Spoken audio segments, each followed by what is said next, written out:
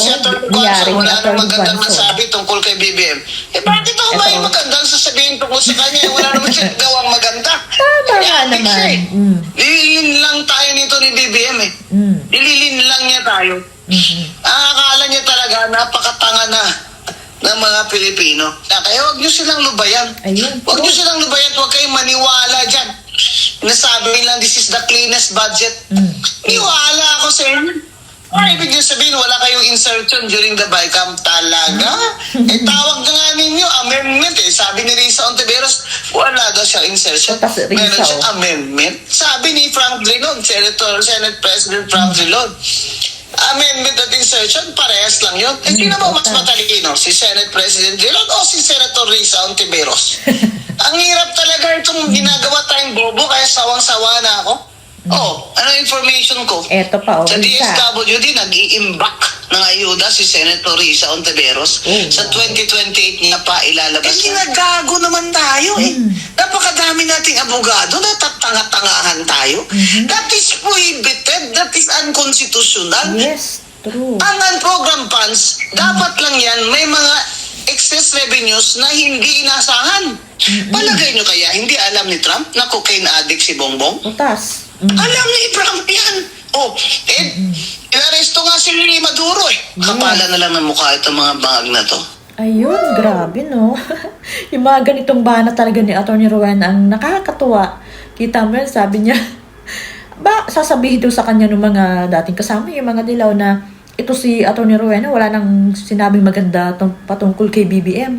Ba't nga naman siya magsasalta ng maganda? Kung wala nga naman siya nakikitang ginagawang maganda, paano niya sabihin? Paano siya magsasalta ng maganda kay BBM, di ba? At saka ito ang sinasabi nga niya, huwag kayong magpalinlang kasi nga, katulad nito, inihalimbawa pa niya yung ginawa ni Risa Ontiveros na ang sinabi dun sa insertion ay pinaganda lang, amendment daw. Pareho lang naman pala yun. Kita mo yan? Niloloko talaga, grabe nila lokohin ang mga tao. Pero ngayon, nabubunyag at nabubunyag naman yung mga ginagawa nila. Katulad nandiyan si Atty. Rowena Guanzon, sabi niya, ang dami nating attorney pero parang ginagawa tayong bobo. Diba? Kaya dapat wag natin tigilan yung mga yan. Talagang magprotesta tayo kahit sa munting paraan sa social media. Wag natin tantanan para at least ba alam nila.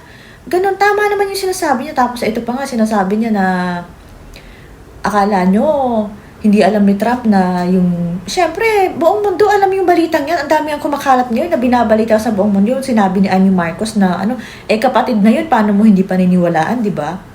Kaya hindi natin alam kung ano pa yung mga susunod na mangyayari. Kaya, tuloy lang tayo sa laban na to, di ba? Nililin lang tayo nito ni BBM Nililin lang niya tayo. Ayun. Akala niya talaga napakatanga na ng mga Pilipino. Ngayon lang siya nakaramdam na lame duck president na siya sa midterm niya. Kasi itong social media, ito ang malaking tulong sa atin na tayo'y nagpoprotesta sa mga pagnanakaw nila. Kaya huwag niyo silang lubayan. Huwag niyo silang lubayan. Huwag kayong maniwala dyan. Nasabi nilang this is the cleanest budget. Niwala ako sa inyo. Ibig niyo sabihin, wala kayong insertion during the BICAM talaga? Tawag na nga ninyo, amendment Sabi ni Risa Ontiveros, wala daw siya insertion. Meron siyang amendment. Sabi ni Frank Drilon, Senate President Frank Drilon, amendment at insertion, parehas lang yun. Sino mo mas matalino? Si Senate President Drilon o si Senator Risa Ontiveros? Ayun. Ang hirap talaga itong ginagawa tayong bobo, kaya sawang-sawa na ako. Sabihin nila, si Atty. Guanzon, wala nang magandang masabi tungkol kay BBM. Bakit ako may magandang sasabihin tungkol sa kanya? Wala naman siya gawang maganda. Addict siya ginagago naman tayo Napakadami nating abogado, natatanga-tangahan tayo. That is prohibited, that is unconstitutional. Ang program funds, presidente lamang ang makaka-release niyan. Kaya BBM, wag mo na kaming gawing tanga kagaya mo. Alam naman namin na ikaw lang makakalabas na ang program funds. Kaya nag-resign siya si Secretary Amina. Hindi niya na kaya yung batikos dahil totoo naman. Walang unprogram fund sa budget na yan, General Appropriations Act, na pwedeng lumabas o ma-implement kung walang pirma ang presidente. So huwag na tayong gagawing tanga na for 3 years ginawa niya yan. Paraan para makakuha sila ng perang kukurakutin nila. Lahat ng reserve funds natin sa PRPH, Philippine Health PhilHealth, kinuha nila, 89 billion. Sa PDIC natin, more than 100 billion. Oh, ano pala, gatasan pala yon. Ganon. Ang program funds, dapat lang yan, may mga excess revenues na hindi inasahan. Naungutang nga para Ang program makaka-excess. funds na yan, that's just in the budget, pero wala yung pondo. Pupunduhan lang yan sa excess revenue. Ayan, natututo Kaya tayo dapat dito nga kay yan, Atty. ilalabas ka Rowena. yan towards the end of the year na alam mo na kung may excess revenue ka. Paano ka may excess revenue? Wala nga, deficit ka nga. Palagay nyo kaya, hindi alam ni Trump na cocaine addict si Bongbong? Itong hinihintay natin. Alam ni Trump yan. Inaresto nga si Maduro dahil nagda-drug trafficking Anong sinabi ni Trump? Lahat kayo, mga heads of state, ng mga drug traffickers kayo at drug users, hindi kami papayag dyan. Ina-protect siyempre ng Amerika yung kanyang it wants to protect its nation and its people. Alam din ng Amerika Yes. lang sumisira sa kanyang mga young people ay itong drugs. Kaya talagang matindi sila sa pagbabawal ng drug trafficking to America. Sana At pumunta si BBM, no? the Philippines is a transit country ng drugs. Alam din ni Trump yan. Oo. Tayo, huwag tayong magpapaloko dyan kay BBM gang. Nakapalibot dyan sa kanya, BBM gang. puro adik. Yan, tingnan nyo nangyari sa atin. Lahat sila, bulsa lang nila, inuuna nila. Bagong taon. Walang pag-asa kay BBM. Huwag kayong maniwala dyan. Kailangan mag-resign na yan siya. Wala Kailangan mag-resign na yan siya. Walang magpapautang. Totoo yan.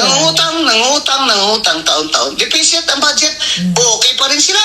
Grabe. Itong mga congressman na ito, na mga walang hiya, kapala na lang ng mukha itong mga bangag na to. Yes. Ano information ko?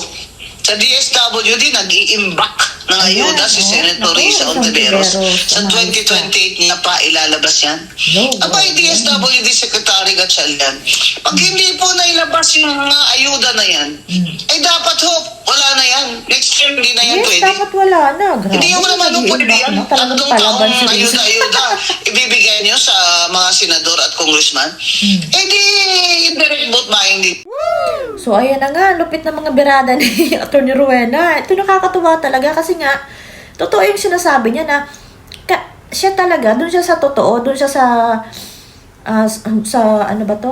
Parang sumusunod siya sa tamang batas kasi nga abogada siya.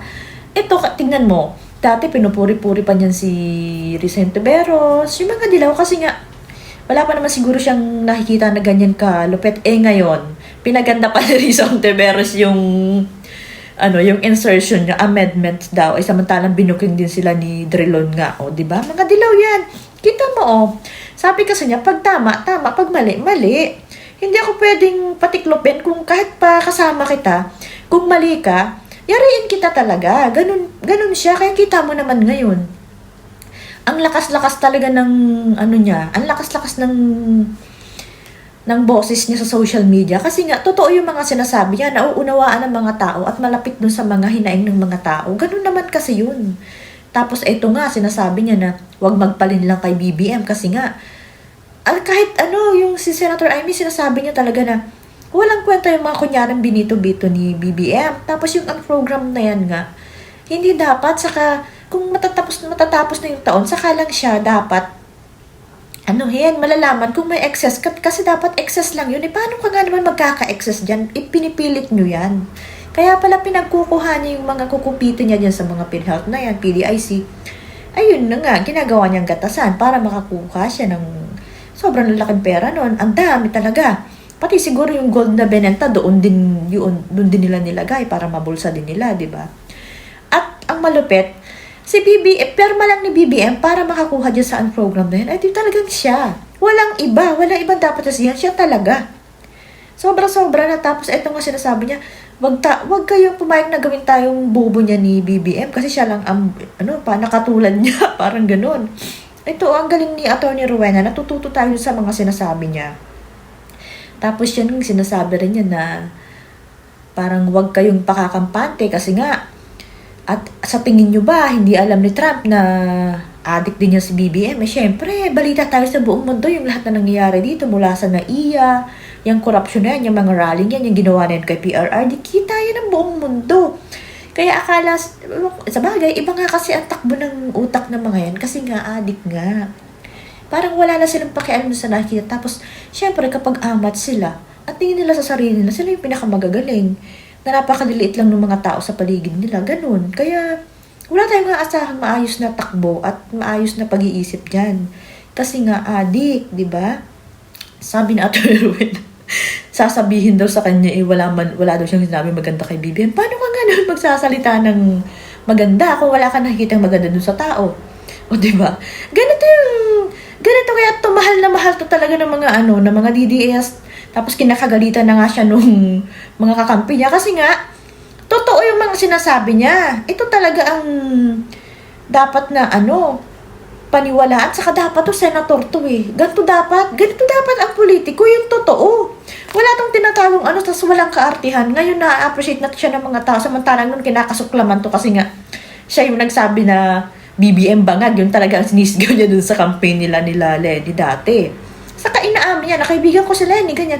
Pero once na magkamali ka, kahit kasama kita at kakampi, ay talo-talo tayo. Ganun siya. Kaya nakakatuwa. Saludo sa'yo, Atty. Rowena. Walang makasagot sa kanya ng tuloy-tuloy. Walang makabanat sa kanya kahit pa hinahamon na nga niya si Auntie Claire, di ba? Kasi uminit na rin yung ulo niya. Grabe. Kaya ayan, di ba, natututo tayo kapag nakakapanood tayo ng mga ganitong sinasabi niya, di ba? At least nalalaman ng mga tao, laking tulong nito kasi hindi lahat naman ng tao alam yung na ganito pala yung mga unprogram na yan, yung mga ganito, ganyan sa government, di ba?